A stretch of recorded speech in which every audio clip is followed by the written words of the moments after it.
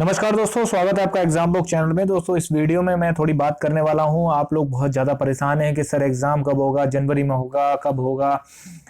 ठीक है, तो दोस्तों मैं कुछ चीज़ें आपको जो है थोड़ी सी अलग भी बताता हूं। इसीलिए मैं आपको एक चीज़ ऐसी बता देता हूं कि जिससे कि आप लोग जो है मुझे बार बार फ़ोन करके, बार बार मैसेज करके ये चीज़ ना पूछें कि पेपर कब होगा।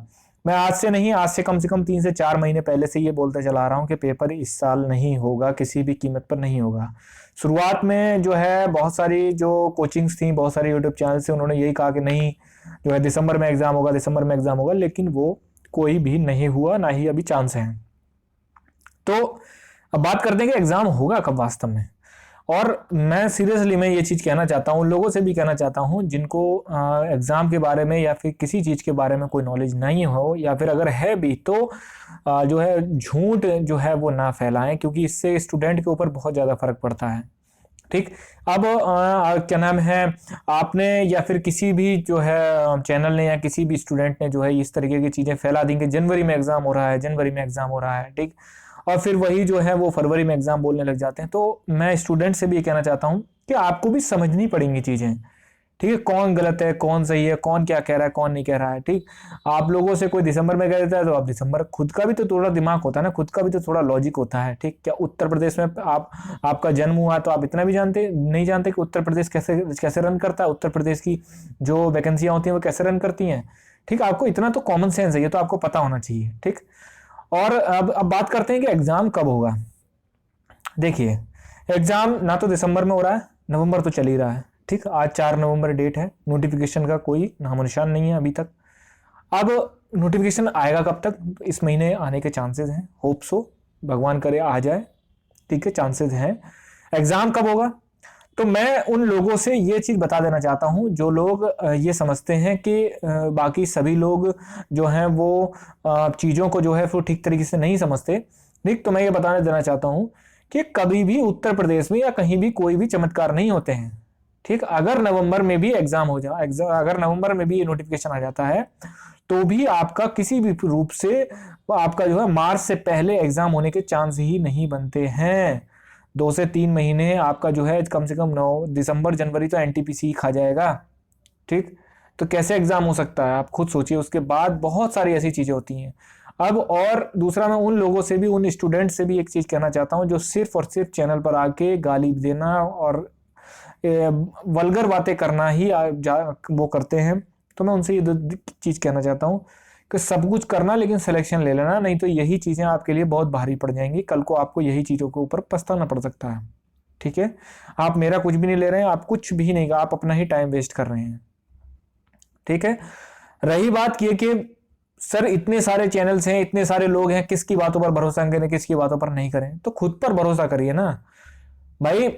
मैंने आपसे पहले एक चीज कही शुरुआत में कि टेंडर प्रोसेस के अंतर्गत जो है वो 3 कंपनियां जरूरी होती हैं। लड़कों ने नहीं माना, जब बोर्ड ने खुद लिख के भेज दिया तब मान लिया। ठीक। मैंने आपसे शुरुआत में बोला था कि किसी भी रूप में आपका जो है दिसंबर तक एग्जाम हो ही नहीं सकता, नहीं माना। आज नवंबर आ गया, कोई चांस है अगले महीने के? नहीं है। इसीलिए मैं आपसे कहता हूं कि आपके पास 4 महीने हैं। ठीक। आपके पास 4 महीने हैं। कौन कौन से महीने हैं? नवंबर, दिसंबर, जनवरी, फरवरी। ये 4 महीने आपके पास हैं। बहुत ही अच्छा टाइम है, गोल्डन पीरियड का टाइम है। नेक्स्ट ईयर एग्जाम होगा या नहीं हुआ, ये क्वेश्चन आप सुन लीजिए। नेक्स्ट ईयर आपका 100 क्या 200% एग्जाम होगा, किसी भी महीने में हो। मार्च से लेके और जून के बीच बीच में किसी भी महीने में एग्जाम हो सकता है। ठीक। मार्च में भी हो सकता है, अप्रैल में भी हो सकता है, मई में भी हो सकता है, किसी भी महीने में एग्जाम हो सकता है। अब जिन बच्चों को डिमोटिवेशन तुरंत तुरंत पैदा होने लग जाता है कि नहीं सर एग्जाम नहीं आ रहा, डिमोटिवेट हो गए, नहीं सर हम तो तैयारी छोड़ रहे हैं। मेरे पास बहुत सारे मैसेज आए, सर हम तैयारी छोड़ रहे हैं। छोड़ दो भाई, गोल्डन चांस है वो, छोड़ दो, आप कोई प्रॉब्लम नहीं है।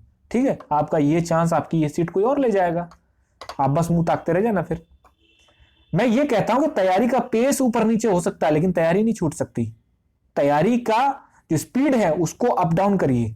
जब पेपर दूर है तो थोड़ा सा स्लो कर दीजिए, जब पेपर पास है तो थोड़ा तेज कर दीजिए। ठीक है। लेकिन तैयारी अगर छोड़ रहे हैं तो आपके अंदर धैर्य नामक किसी भी चीज का कोई एक कण भी नहीं है, और धैर्य आप में नहीं है तो आप सब इंस्पेक्टर की नौकरी के लिए नहीं बने हैं। ठीक। ये थोड़ा सा कड़वा सच है लेकिन ये सच है।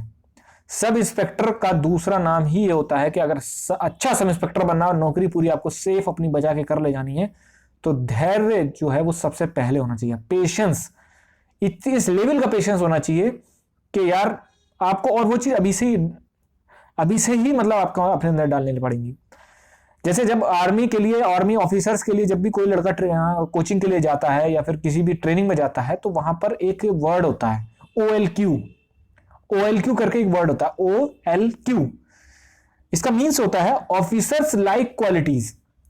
ठीक, ऐसे ही आपके अंदर जो है वो भी सब इंस्पेक्टर लाइक क्वालिटीज हैं या नहीं है। SILQ आपके अंदर है या नहीं है, वो आप खुद देखिए कि कौन कौन सी क्वालिटीज होती हैं। धैर्य होना चाहिए, दूसरे की बात को पूरा सुनना चाहिए आपको। ठीक, जल्दी से गुस्सा नहीं होना है। आपको पता है कि आपके ऊपर वर्दी चढ़ेगी, लेकिन आप अपने ही जनता के साथ डील करेंगे। ठीक, तो ये सारी चीजें जो है, बहुत सारे पॉइंट हैं जिसको मैं बोल सकता हूं, बहुत देर तक बोल सकता हूं, लेकिन आपको इन सब चीजों को देखना पड़ेगा, समझना पड़ेगा। तुरंत अपना धैर्य मत खोइए, तुरंत अपनी जो है तैयारी मत छोड़िए। मानता हूं जो कुछ लड़के 2019 से तैयारी कर रहे हैं, लेकिन दोस्त ये भी तो सोचो कि कुछ लड़के तो 2011 वाले जो लड़के थे वो आज भी ट्रेनिंग पर आ रहे हैं, उनमें भी तो धैर्य है ना, आज भी वो ट्रेनिंग कर रहे हैं। तो 2011 से 20 कितना, 9 साल का टाइम होता है। ठीक है, मैं ये नहीं कहता हूं आपको उतना टाइम लगेगा, लेकिन 4-5 महीने अगर ऊपर नीचे हो रहे हैं तो उनको भी सही है, उनको धैर्य रखिए। ठीक, सरकार भाई, सरकार ने अनाउंस करना है तो वैकेंसी तो लानी पड़ेगी और वैकेंसी करानी भी पूरी पड़ेगी। ठीक, 2022 में चुनाव है, इसी लिए मैं कहता हूं कि आप जो है तैयारी के मोड में हमेशा बने रहिए, तैयारी करते रहिए। तैयारी का एक तरीका होता है, वो तरीका मैं एक बार नहीं कई बार बता चुका हूं। ठीक, और जिन लड़कों को मेरे पेड बैचेस से या फिर मेरे किसी भी बैच से कोई भी उससे प्रॉब्लम होती है तो मैं उनसे ये चीज रिक्वेस्ट करता हूं, दोस्त आप कहीं और भी जा सकते हैं, यहाँ पर कोई प्रॉब्लम नहीं है। मैं कोई ऐसा नहीं कह रहा हूं कि नहीं आपको लेना ही पड़ेगा, आप कहीं और भी जा सकते हैं, बस आप पढ़ के सेलेक्ट हो जाना। अदरवाइज रोगे एंड में, क्योंकि मैंने आपसे बोला है 9,500 वैकेंसी है और हर गली मोहल्ले से लड़का निकलेगा, सेलेक्ट होगा, और उसी गली मोहल्ले में अगर आप भी हुए और आपने रेटिंग दिया और नहीं हुए तो फिर सोच लेना यही समाज जो है आपसे ये कहेगा बताओ रेटिंग तक नहीं निकल पाया। इसीलिए पूरी जान से झोंकिए अपने आप को, किसी भी तरीके का कोई भी आपके पास डिस्ट्रैक्शन हो सबको हटा दीजिए, डिस्ट्रैक्शन नहीं होना चाहिए। ठीक है, क्योंकि इतना जबरदस्त कंपटीशन है, इतना जबरदस्त कंपटीशन है कि आप सोच भी नहीं सकते। बहुत लोग कहते हैं कि मैं व्यूज के लिए वीडियो बनाता हूँ, व्यूज के लिए अगर वीडियो बनाता ना तो एक दिन में 10 वीडियो लाता मैं कभी ऐसा नहीं करता हूँ। ठीक, ट्रस्ट हो तो आइए, ट्रस्ट ना हो तो आपका, मेरा तो बस दुआ ये रहती है कि आपका सिलेक्शन हो जाए, चाहे आप गाली यहाँ पे मेरे को दीजिए आके या फिर मेरे को क्रिटिसाइज करिए या फिर आप कुछ भी कहिए, सिलेक्शन ले लेना। नहीं तो किसी दिन बैठ के 1 मिनट ये सोच लेना कि मैंने पेपर दिया और मेरा नहीं हुआ, बस वो वाला फेस देख लेना, वो वाला एक इमेजिन कर लेना, समझ में आ जाएंगी चीजें।